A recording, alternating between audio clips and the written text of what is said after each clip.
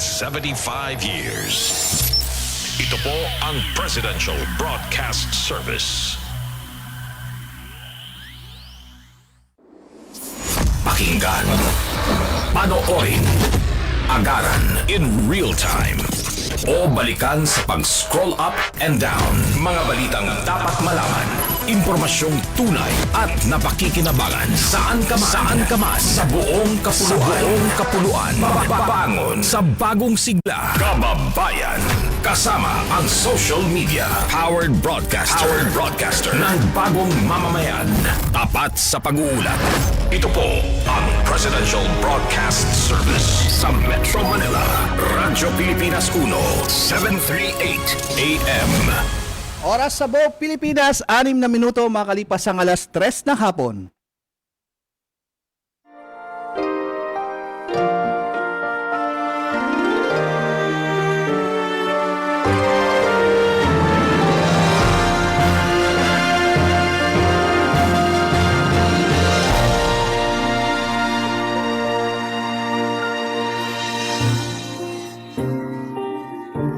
Isang magandang hapon po sa inyong lahat at welcome po tayo dito sa ating programang Kalinga Hatid ng Red Cross sa Radyo Pilipinas. Ngayong pong araw ng linggo, ika-21 ng Hulyo, taong 2024. Kamusta po ang bawat isa sa inyo ngayong hapon ito? At syempre inaanyayahan po namin kayong pakinggan at subaybayan ang ating programa hanggang alas 4 po tayo ng hapon. Live na live po tayo dito sa Radyo Pilipinas Visayas Avenue PIA Building dito sa Quezon City at siya ay napapakinggan sa Radyo Pilipinas 738 kHz AM band at saka po sa Facebook Live Radyo Pilipinas at sa Kalinga Hatid.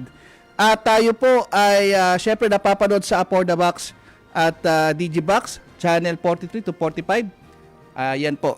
Okay, at syempre, nais nating pasalamatan na bumubuo ng ating programa mula sa Presidential Broadcasting Service ang ating Director Bong Aportadera, ang ating Station Manager, Sir Alan Alyanige, si Sir Maki, Sir Ray Sampang at ang ating nasa technical side, Orly Lopez, Ma'am Joy Timidan at syempre, nandyan din si Sir Alvin, si Engineer Alvin kanina at si Sir Michael. Okay? At sa ating Philippine Red Cross, ang ating Chairman and CEO Richard J. Gordon, ang ating Vice Chairperson, walang iba kundi si Governor Corazon Alma de Leon, ang iba pang Board of Governors, ang mga Chapter Administrator, syempre sa pamumunayan ng ating Secretary General Dr. Gwen Pang, at ang ating mga iba pang mga Board of Directors sa Chapters 143, Volunteers at Red Cross Youth. Okay? I'm sure ngayon, hapong ito ay tayo nakakaranas ng mga manakanakang pag-ulan. Bunga po yan ng bagyong Karina na nasa silangan ng ating bansa. Kahapon lamang po ay 2 bagyo ang sa ating bansa. Isa po yan si Butchoy at saka itong si Karina. At syempre sa Philippine Red Cross tayo ay nakaantabay, nakasubaybay sa mga mangyayari diyan sa mga maapektuhan ng bagyong Karina. At syempre bukas, ito po ang a day before ng ating magkakaroon tayo ng State of the Nation address ng ating Pangulong BBM, Bongbong Marcos. Bukas po yan sa hapon. Okay, hindi na natin patatagalin pa. Makakasama po natin via Zoom ang ating Vice Chairperson, walang iba, Governor Corazon Alma de Leon. Magandang hapon po, ma'am. Kamusta po sa inyo? Umuulan po ba dyan? Nakamute kayo, ma'am. Wala siyang audio.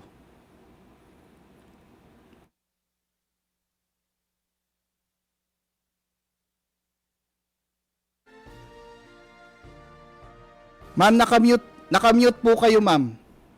Yung audio nyo, ma'am, paki-on nyo po. Sino po kasama nyo dyan, ma'am?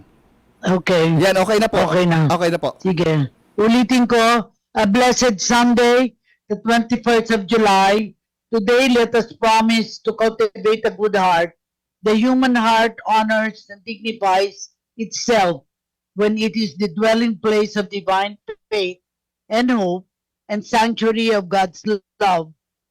The human heart degrades itself when it is overpowered by avarice, anger, envy, fear, jealousy, hate, or pain, thereby depriving the soul of happiness, joy, and peace. Let us not stop praying for the God of love, mercy, compassion, and peace, never to cease and bless us with a good heart. Tamang-tama ito sa message natin ngayon, this Sunday, Yes from po. retired Chief Justice Hilarion Davide Thank you Jr. very much po. At tuloy-tuloy na tayo. Yes po, Ang ma'am. topic natin, PRC Rizal Chapter, Rizal Province Branch. At tama-tama, medyo loaded tayo. Yes po. Apat ang ating bisita. Mhm. Uunahin ko siguro ang council member, si Mr. John Christian Reyes, council member PRC Rizal Province. Pwedeng mag-greet na kayo. Mr. John Christian Reyes, go ahead. Magandang hapon po, Sir John Christian Reyes. Magandang hapon po sa lahat ng ating kasama sa Red Cross at sa mga nanonood at nakikinig sa atin ngayon. Bukod dito, nais kong batiin ang si Mr. Geocarl Ian T. Malcampo, Branch Coordinator PRC Rizal Province Branch. Please greet ang ating mga nanonood. Magandang hapon po, Gov Cora, pati kay Sir Edison, pati sa lahat po ng nanonood at nakikinig po sa Radyo Pilipinas. Magandang Thank you hapon po. Yes. Tapos si Leonard C. Tiamson, MedTech Pollution Control Officer, PRC Rizal Province Branch. Leonard, greet tayo. Go ahead. Sir Leonard. Magandang hapon po sa lahat ng ating tigapakinig at saka tigapanood. Magandang hapon po. Thank you for joining us, and of course, not the least, Mr. Berlito Bati, RC 143 ng Tanay, Municipal Coordinator, PRC Rizal Branch. Go ahead. Magandang hapon po. Magandang hapon po sa inyong lahat. At enjoy po natin yung pakikinig at Yes. panonood po dito po sa segment na ito. Oh, isa siyang Yes, 143. ang pangalan mo maganda, Bati. Kaya madali Yes, kang batiin, no? Simulan na natin, ano? Ang prepared sa akin na para tanungin sa inyo, kumusta naman ang Philippine Red Cross Rizal Province Branch. na mahalagang makita kung gaano kalawak ang Red Cross ng Rizal Province. Siguro lahat, well, of course, lahat muna ay bumati sa ating programa dahil mamaya tatanungin ko yung mga substantive questions. Simulan natin sa pagkatawag ko si John Christian Reyes, Council Member. Bumati ka muna at sabihin mo kung kailan ka pa naging Council Member. Go ahead, John. Magandang hapon po sa lahat. Ako po ay naging council member last year. Kami po ay actually yung council member ng Rizal Province ay nataguyod last year, July. Tapos po ako po ay nagsimula as a volunteer po sa Antipolo. 143 volunteer po sa Antipolo. Very good. Si Joker naman, Ian Malcampo, branch coordinator na siya ng PRC Rizal Province Branch. Kailan ka naging coordinator ng Rizal Province? Go ahead. Hello, Gov. Good afternoon po. So, yung branch coordinator po, kakabigay lang po sa akin or bigay lang po sa akin ng posisyon ng Rizal chapter in the National Headquarters. So, pero po I started volunteering Red Cross since 2009 nung during Indoy.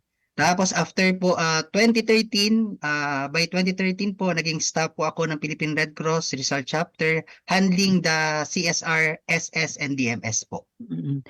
Tapos, tatanungin naman natin si Berlito Bati, Red Cross 140 sa Tanay, Municipal Coordinator ng PRC Rizal Province. Berlito, kailan ka pa naging RC 140 Tanay Municipal Coordinator? Go ahead. Yes, Rob. Tayo po ay nag-volunteer sa Philippine Red Cross since 2006 pa po. Matagal na, ha? Matagal Very na. Yes good. po, ma'am.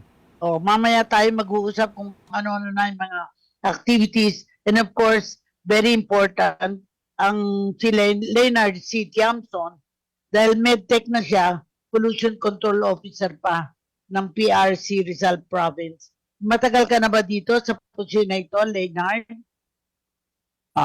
Bali, nagsimula po ako noong 2019 bilang isang medtech at pollution control officer sa Marikina chapter. Tapos nung magsimula po ang pandemic, nalipat po ako sa Philippine Red Cross Molecular Lab sa Mandaluyong. Central, yeah.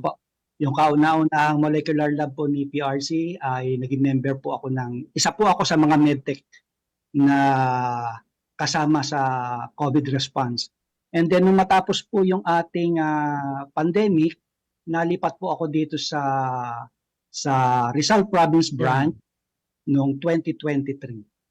Dito pinagpatuloy ko po yung aking pagiging medtech at pollution control officer. Very good. Saan naman matatagpuan ang opisina ng Philippine Red Cross Rizal Province? Dahil alam ko sa Pasig ito, di ba?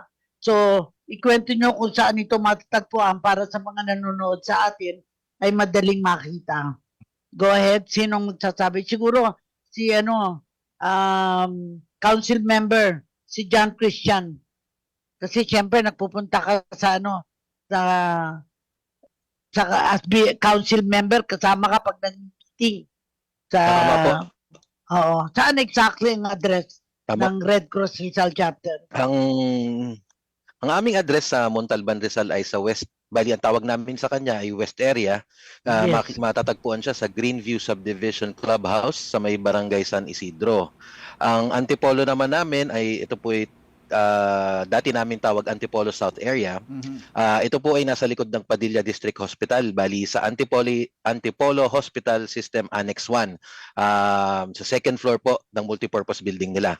Ang ating pangatlo ay nandun din po ang ating BCU, nasa Nara Street, Barangay Muson, Taytay, Rizal.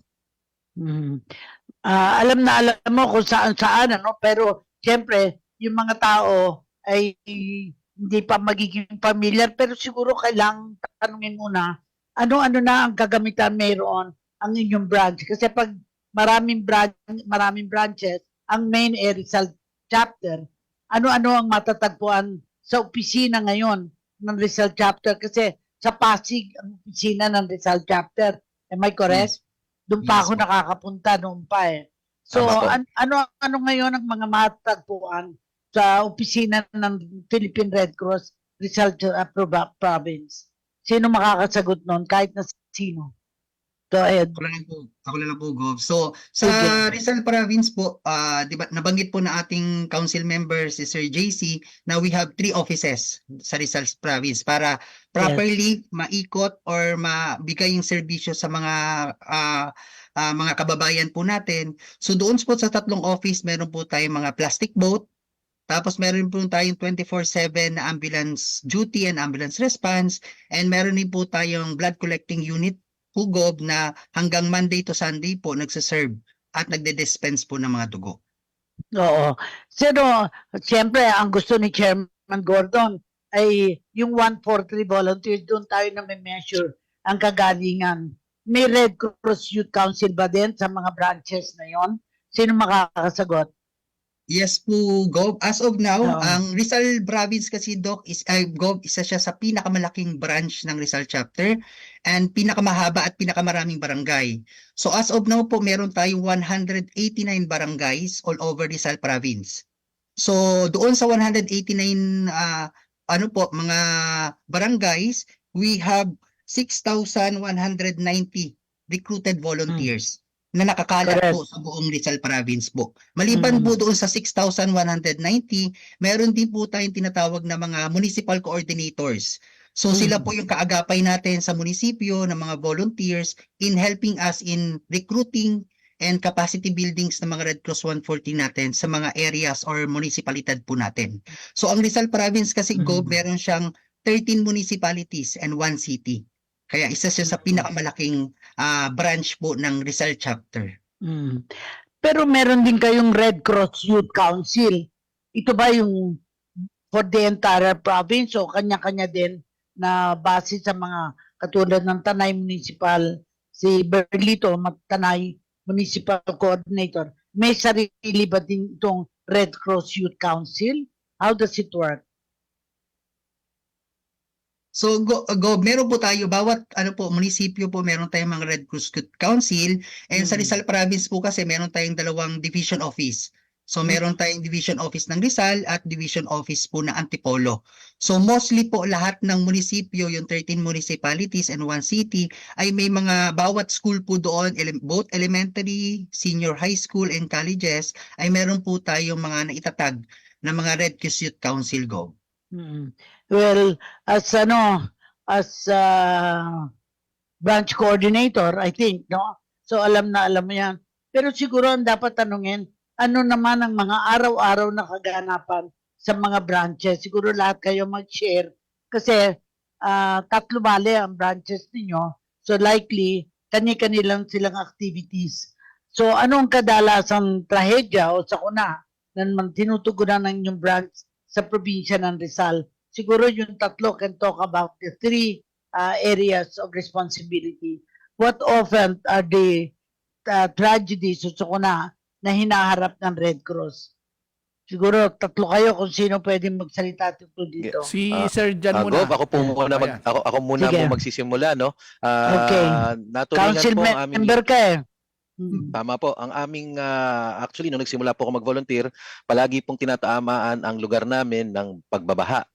Nasa area kami ng Lower Antipolo at kadalasan dito, pag bumabagyo, ay mababa na ang bewang ang baha. So, ang aming 143 na team dito sa Lower Antipolo, meron po silang sariling bangka. Meron silang mga pang-rescue.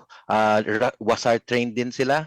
And sobrang ganda ng koordinasyon nila sa ating DRMM sa Antipolo. Lagi tayong tinatawagan ng Antipolo about sa update kung kamusta na ang baha, kamusta na ang taas, at kung meron man mga nire-rescue or nililipat sa ating evacuation site, tayo po ang unang tinatawagan ng Antipolo pagdating dyan. Therefore, ang presence ng Antipolo, kitang-kita kapag may sakuna. Kasi talaga naman, kapag hindi nakita ang Red Cross sa sakuna, sasabihin baliwala ang Red Cross kapag hindi nakita, hindi ba? Pero Tama po. siguro, mahalaga din na maramdaman ng mga mamamayan all over Rizal yung blood donation. At kailan to nangyayari? Saan pinakamalakas ang blood donation? At pag may parating pa ba kayong mass blood donation, sinong pwedeng sumagot dito? Si ano? Ako na po, Gob. Sige. Apo. Regularly nagkakaroon po kami ng mass blood donation sa mga companies, malalaking companies, kagaya ng Tanay or Teresa Marbles, Solid Cement, ang Panasonic, partner po natin yan, at saka po ang Mega Wide Construction. Yan po yung mga companies na malaki po ang nakokolekta nating, maraming blood units ang nakokolekta natin. At bukod po doon, partners po din natin ang mga malls dito sa paligid sa loob ng Rizal Province, like yung Santa Lucia East. Recently lang nagkaroon po kami ng mass blood donation, which nakakolekt po kami ng 220 units of blood. And then partner po din natin si Walter Mart, si SM, at saka po si Robinson's Mall. Tapos nagkakaroon po tayo ng mass blood donation every month. Pinakamababa na po yung 10 blood donation sa isang buwan. So every month nagkakaroon po tayo. And then as a response naman po, pagka po may mga tragedy, sa bagay ito naman po directive galing sa national. Pag nagkakaroon po ng tragedy, nag-i-stock po kami ng mga bloods para po sa mga ngailangan. Actually, thank you na mention po na yung mga kumpanya sa Rizal na sumusuporta sa inyong blood donation campaign. Ano? Pero, siyempre, ano ang kakayanan, yung tatanungin natin, ano ang kakayanan ng mga branches ninyo na magresponde sa mga kailangan ng dugo? Anong sistema ninyo? Meron ba kayong Blood Samaritan program? in all the three areas. Siguro si Leonard din can answer this, di ba? Kasi ikaw ang MedTech at Pollution Control Officer. Sa ngayon Go ahead. sa ngayon po, Gob, ang available po sa amin is yung mga blood subsidy coming from municipalities. So yun po yung nakukuha natin kapag ka po yung may mga nangangailangan na medyo kapos. So nailalapit po natin sila sa mga municipalities na may blood subsidy po. Galing. Pero of course, kasama din dito, capacity building. Tuwing kailan naman ang first aid training o nagsasagawa ba kayo ng first aid training? Siguro, ikwento nyo sa karanasan ninyo saan lugar na nagkokonda kayo ng first aid training. Si ano Ay, siguro? God, Si sisingit Berlito po muna Bati. ako dyan, ano? O sige, Meron ikaw po muna na. ako ikukwento, no? Yan. Kasi po at ang ating Rizal Province ay meron po tayong tie-up sa ating iba't ibang grupo katulad ng Rotary Club of Rotary District 3800. Ang goal po ng Rotary is magkaroon po ng ngayong taon na 38,000 blood donated para sa ating province, tsaka 38,000 na training. So halos linggo-linggo po magpapaschedule ang isang club ng Rotary para magkaroon ng training para doon po sa ating mga lugar sa buong Rizal po.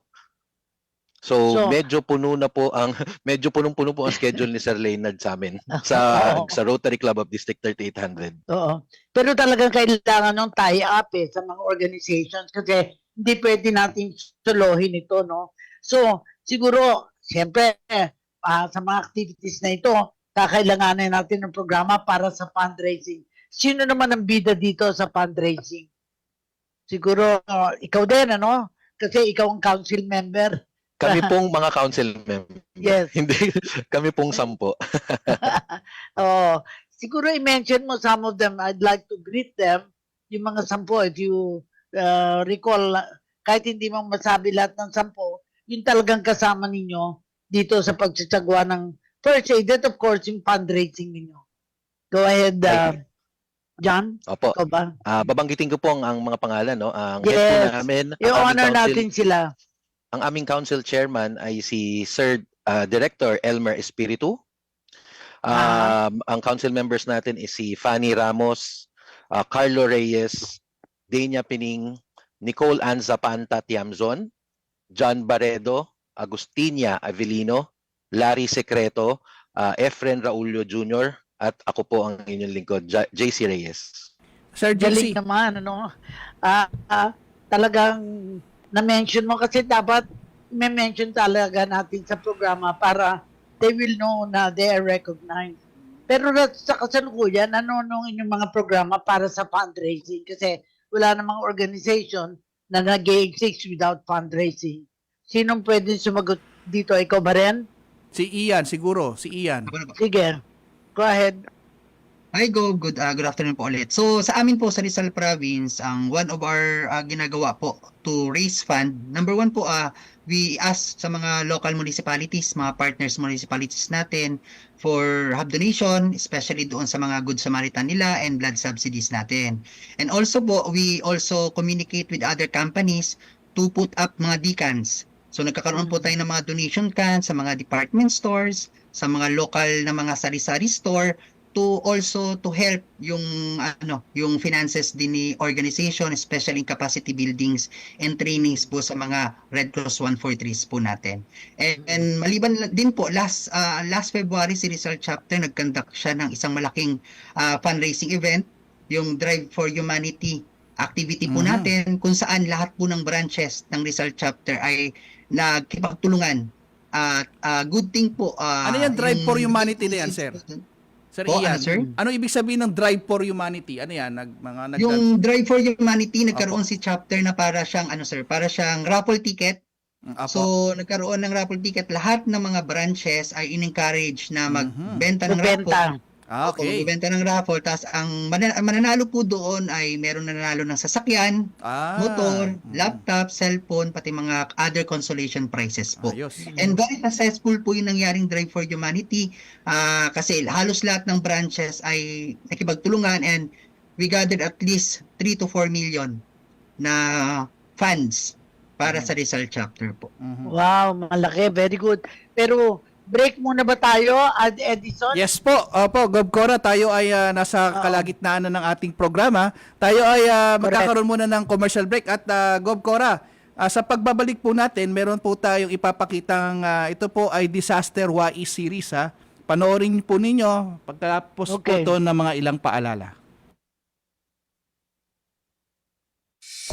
Pinangunahan ni Pangulong Ferdinand R. Marcos Jr. ang pagpapasinaya sa Halaor River Multipurpose Project Stage 2 Dams sa Kalinog, Iloilo. Costing almost 20 billion pesos. The JRMP2 has three key components: the irrigation development, the environmental and watershed management, and institutional development. With the inauguration today and the further completion of the construction of 3 dams and line canals spanning more than 80 kilometers, we anticipate that more than 30,000 hectares of service area and around 25,000 farmers will benefit from this uninterrupted supply of irrigation water.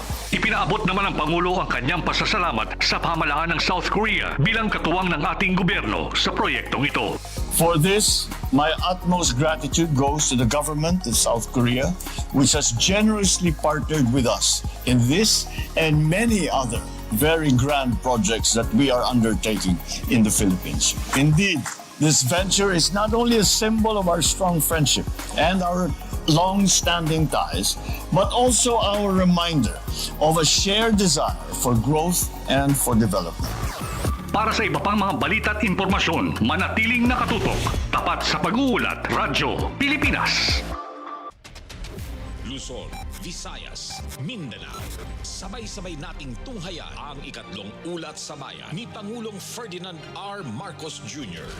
Government must fully embrace digitalization to provide better service to the people. Mga pangakong tinupad. Ang lahat ng mga ginagawa nating ito ay magbibigay bunga sa libu-libong hanap buhay para sa ating mga kababayan. Mga kasalukuyang proyekto. We have formed strategic alliances with our traditional and newfound partners in the international community. At iba pang plano para sa bagong Pilipinas. We seek not only to become more effective, but more to become truly transformative. Sona 2024. Sa July 22, kasama ang buong puwersa ng Presidential Broadcast Service. Ang komprehensibong pagbabalita, pakinggan at panoorin live sa Radyo Pilipinas 738 AM at lahat ng Radyo Pilipinas stations nationwide. Official Radyo Pilipinas Facebook page, Channel 3 sa ABS-CBN TV Plus at Channels 45 to 49 sa GMA Affordabox.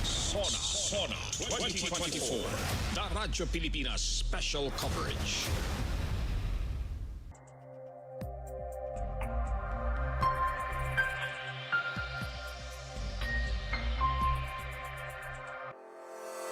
Ang Pilipinas ang may pinakamataas na disaster risk sa 2 taong lumipas. Hindi ito ang tamang paraan para magpakitang gilas. Kaya tara, sama-sama tayo sa pagtuklas, patungo sa pagiging handa at ligtas. Let's go! Be disaster wise!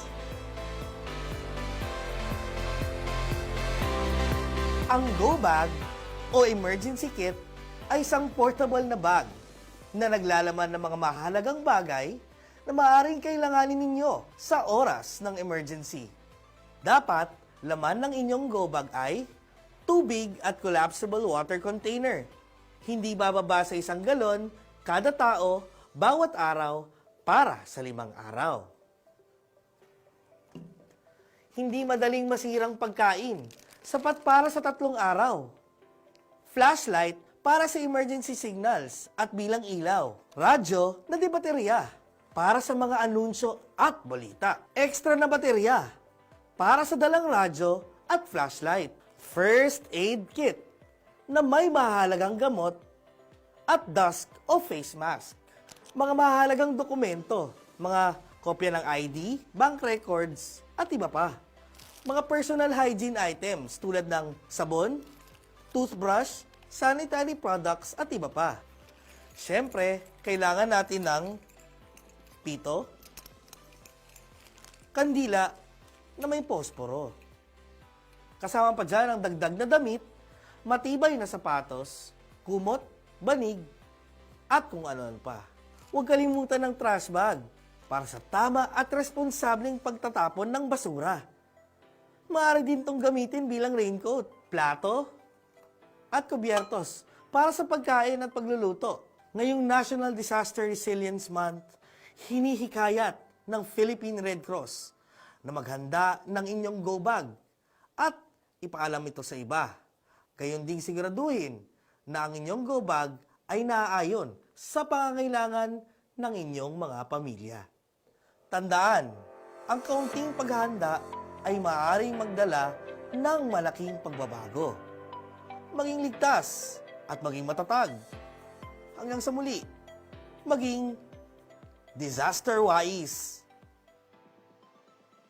Yan po ang Disaster Wise series natin na hatid po sa atin ng ating Disaster Management Service dahil sa paggunita ngayong Disaster Resilient Month.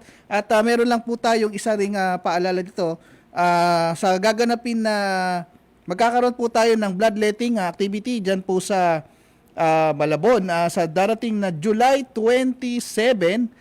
Yan po ay mula alas 8 hanggang alas 4 ng hapon. Kasabay po kasi niyan ay magkakaroon sila ng recognition sa mga blood galloners. Yan po ay sa pakikipagtulungan ng Philippine Red Cross, Philippine Red Cross Malabon City Chapter at ng RMN Networks. At syempre, iba-ibang katuan ng City Government ng Malabon at iba pa pong mga ahensya. At samantala po, nitong nakaraang Martes, tayo ay nagkaroon ng kaganapan dito po sa May Parañaque kung saan 300,000 na donasyon para sa Red Cross Blood Samaritan Program. Dahil tumanggap tayo mula sa iba't ibang mga organisasyon kagaya ng Manila Rose Lions Club, ang Wang Zhao Zi, at Malina Volunteer Lions Club para pondohan ng Blood Samaritan Program na naglalayong sagutin ang mga gastusin sa pagproseso ng dugo na mahihirap na pasyente na nangangailangan ng pagsali ng dugo. Itinurn over ito ang donasyon bilang pagdiriwang ng National Blood Donors Month noong Martes. Yan po ay ginanap sa isang mall dyan sa May Parañaque at nagpasalamat ang ating Chairman CEO Richard J. Gordon dahil sa pagsuporta nito at syempre ito ay dinilawan ng ating Secretary General Dr. Gwen Pang. Siyempre, ang ating Rizal Chapter Administrator na si Sir Robert Dacles, ang Parañaque City Branch Council Chairman si Director Anson Ong na nakasama natin dito, at ang Mayor po ng Parañaque na si Sir Mayor Eric Olivares at ang District 1 Representative na si Edwin Olivares. Yan po. At ang iba't iba pang mga blood donors at Red Cross. Gob Cora, maganda itong nangyaring ito nung nakaraang Martes dito sa May Parañaque. Oo. Hindi ko nalaman tungkol dito. Otherwise, sana nakapunta ako. Pero Apo. very busy schedule. Pero maganda naman ang ugnayan ng local and ng pamahalaan ng Rizal. Suportado ba nila ang mga aktibidad ng PRC sa inyong palagay? Yan, Yes po. Okay, oo. So, ano-ano ang mga kasulukuyang challenges na hinaharap ng inyong mga branches? Lahat kayo mag-comment. Go ahead. Yan, unahin mo natin yung council member nila. Sige. Okay, Ano yung challenge? Oo, yung mga ang challenge. ating challenge, nabanggit nga kanina na ang napakalaki ng ating Area. nasasakupan. Mhm. Personally po, pag meron kaming may mga inaasikaso kami o may pinupuntahan kaming event, ang challenge po namin ay vehicle, no? Ang papunta pong Tanay, hindi po siya kayang puntahan ng normal na sasakyan, kailangan medyo Heavy. heavy or 4x4 kung tawagin, ano. Yan po ang aming malaking challenge ngayon. Siyempre yung ambulansya natin ay minsan nahihirapan din umakyat sa mga bato-batong lugar. At ang iba po ay pwede pong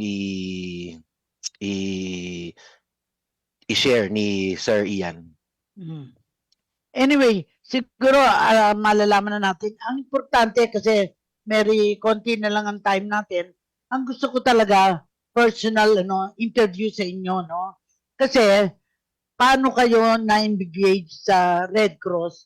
Anong nagtulak sa inyo na para ito naman, anong naging participation nyo at the beginning, now, and where do you want to see yourself? So, unahin natin according to the, not necessarily sa basis sa council nyo, pero katulad ni Jocar Ian Malacampo, branch coordinator ka ng PRC Rizal Branch, Province Branch, no? Paano ka naging Red Cross branch coordinator? Saan ka nagsimula? Ano yung pinag-aralan mo? Para bang history? This portion of the interview, gusto kong malaman, sino ba ang mga tauhan na nagtatrabaho sa Red Cross? Sunod-sunod ko kayong tatawagin. Si Jocar muna, Ian Malcampo, branch coordinator. Go ahead. Okay, Gov. So, thank you po. So, ako po ay nag-start. Actually, hindi ako taga Rizal. So, galing Yes. ako ng Mindanao. So, doon ako lumaki, doon ako Layo, pinanganak. Nag-aral. Doon ako nag-aral. So, nag-start ako mag-volunteer sa Red Cross nung dumating ako ng Manila. So, last 2009, nung Undoy. Kaya ang Undoy po ay very, sa akin, kumbaga, very Significant. significant po sa akin. Gov. At yung Undoy din na nag-start ng Red Cross career ko and Red Cross volunteering ko. So, nang September 26, nung pumunta ako sa Rizal chapter, yun ang araw na sinama nila ako sa aktibidad nila. Nang pumunta kami ng Marikina, sa Montalban, and San Mateo to give relief. So after po nun, Gov, nag-start na, dumire-diretso na. So by the way po, I'm also a registered nurse by profession. So nurse din po ako. So maliban sa nag-hospital po ako, patuloy po akong tumutulong sa mga aktibidad po ng Red Cross. So nag-start ng 2009 hanggang 2012.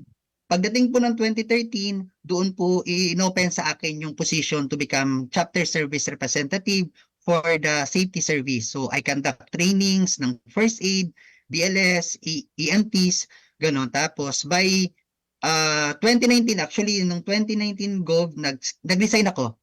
I resigned as Red Cross staff last 2019 because of personal, naging personal reasons. Kasi yung brother ko had self-accident. Unfortunately, he died. So namatay siya sa Taguig, unfortunately for 45 minutes. Parang walang nag-respond sa kanya. So that time parang sinisi. Parang may time tayo, Gov, na parang sinisi yung sarili, na parang EMT ka, nurse ka, sarili mong kapatid. Hindi na-save. Oo. Opo. So nagkaroon lang ako, sinabi ko kasi sa org dati na the reason why I resigned because ayoko kasi na nagtatrabaho ako na kumbaga may salary tayo pero hindi ko nabibigay yung 100% ko as a staff.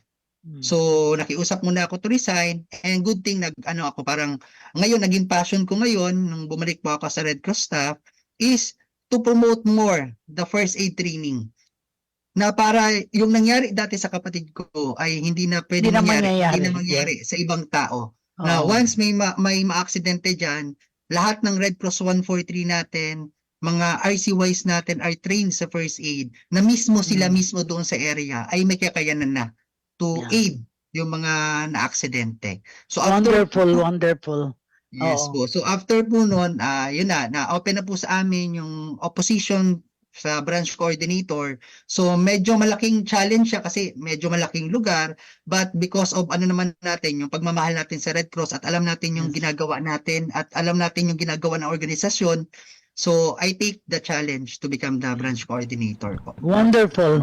So we will ask naman si John, of course, council member. So medyo sa board na yan, no? Kaya medyo sa policy making. So kailangan you become the motivational speaker sa chapter dahil ikaw nasa council. Then how did you get to be council member? Actually, nagsimula po yan. Bata pa lang ako sa UPIS. Nakikita ko ang Red Cross pumupunta doon. Tinatago ko yung sticker nila dahil gusto kong maging parte ng Red Cross. Naalala ko po yun. Ako po ay grade 4 noon. Nitong nagsimula lang po talaga yung pagbo-volunteer ko nung pandemic. Kasi kailangan may mangyari, kailangan tumulong. Nagtaon noon, nung pandemic, may baha, may sakuna. Ang Marcos Highway po, dito po ako nakatira, mayat-maya ang aksidente. So, dun po nagsimula ang aking dugong Red Cross. Passion. Ang passion ko tumulong. Mayat-maya po, bigla kami tumatakbo, bigla may aksidente, may biglang baha. Hanggang sa po maganda ang koordinasyon natin sa ating mga kasama sa Rizal Province at napili po tayo na maging parte ng board at ang akin naman ay hindi tayo titigil. Gagawa tayo at gagawa ng maraming paraan para mas mapagaling, mas palakas ang ating Rizal Province po. Pero as a job, anong trabaho mo? Ano natapos mo? Ako po ay contractor by profession. Meron po kaming kumpanya. Meron din po kaming maliit na business na nag-aasikaso sa mga chemicals para sa sasakyan. Kasi napakahalaga na meron kayong negosyo o ginagawa na nakatutulong kasi ang council members are really volunteers na tumutulong lalo na sa pagpapaayos ng samahan.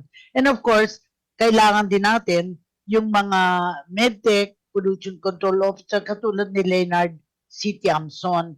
Kasi ito yung technical people na nasa ating opisina para tumulong sa branch. Si Leonard naman, anong karanasan mo? Paano ka napunta dito sa Red Cross? Go ahead. Ako naman po, Gob, ang nagtulak po sa akin ay yung desire para makatulong and of course maging part of the solution. Kaya ako po ay sobrang honored po nung ako ay maging mabigyan ng pagkakataon na maging part ng COVID response at ng molecular lab. Kasi tama-tama naman, ang training mo, medtech ka. Kaya marunong ka din ng pollution control. Si Perlito Bati naman, Red Cross 143. Ng Tanay Municipal Coordinator. Ito ang pinaka-challenging kasi rooted ka sa mismong lugar ninyo. Alam ko ang Tanay kasi nung ako'y regional director ng DSWD, cover ko yung Tanay. Dahil nandyan yung National Training School for Boys. Siguro doon magpa-training din kayo doon para kung sakalit makakaroon ng sakuna, maraming boys doon na baka walang ginagawa na magkaroon ng training. Go ahead, Berlito. Sa pangalan mo lang nakakabati na dahil apelyido mo Bati. Belito, go ahead. Paano ka napunta sa Red Cross? Yan. Yes, Go. Magandang hapon po. Nag-start po ako nung 2006 as Red Cross Blood Volunteers po. So, dun po, actually po talagang sa blood po ako nag-volunteer dahil biktima lang po ako ng pagdodonate ng dugo. So, nung time po na yon, gusto lang namin kumain ng Jollibee. So, may blood donation po yung kapatiran namin sa Morong. So, yun po, na-experience ko po yun.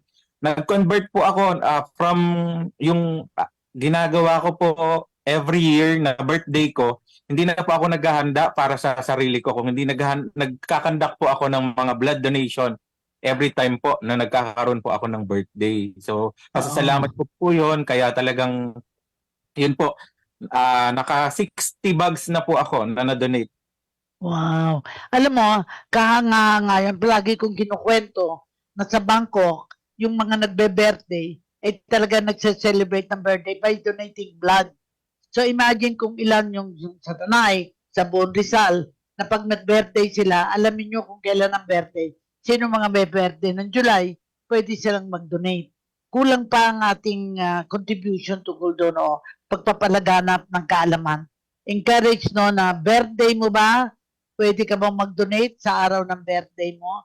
Siguro, hindi na tayo ever magkukulang sa dugo dahil kayang-kayang tugunan ng hindi lang Tanay, ng buong probinsya ang blood donation dahil sa atin nakita ko na may mga times na lean months, konti pa lang nagdo-donate. Nangyari na nung pandemic, no? Marami nang kailangan ng dugo, pero kulang ang dugo natin. So, para sa akin, babalikan ko uli ngayon, ano pa ang mga challenge na gusto nyong harapin sa inyong branch na sa palagay mo ay makaka-contribute tayo? Sisimulan natin ngayon kay Berlito dahil siya ang last na nagsalita. Una ka naman mong sasalita ngayon. Anong nakikita mong challenge para sa hinaharap ng inyong branch? Mga challenges naman. Yun sa palagay may kulang pa, kailangan pa may magawa. Ano sa palagay mo? Yun po, Gob. Ang isa po na challenge talaga ay yung pagpunta nga po doon sa mga lugar po namin. Lalo na po dito sa Tanay Rizal po. Ang pinakamalayo po namin ay tatawid po ng 11 hanggang 14 po na ilog. At the same time, wala pong signal. Kaya po, mahirap po talaga pagdating po doon sa pagkalap ng reporting.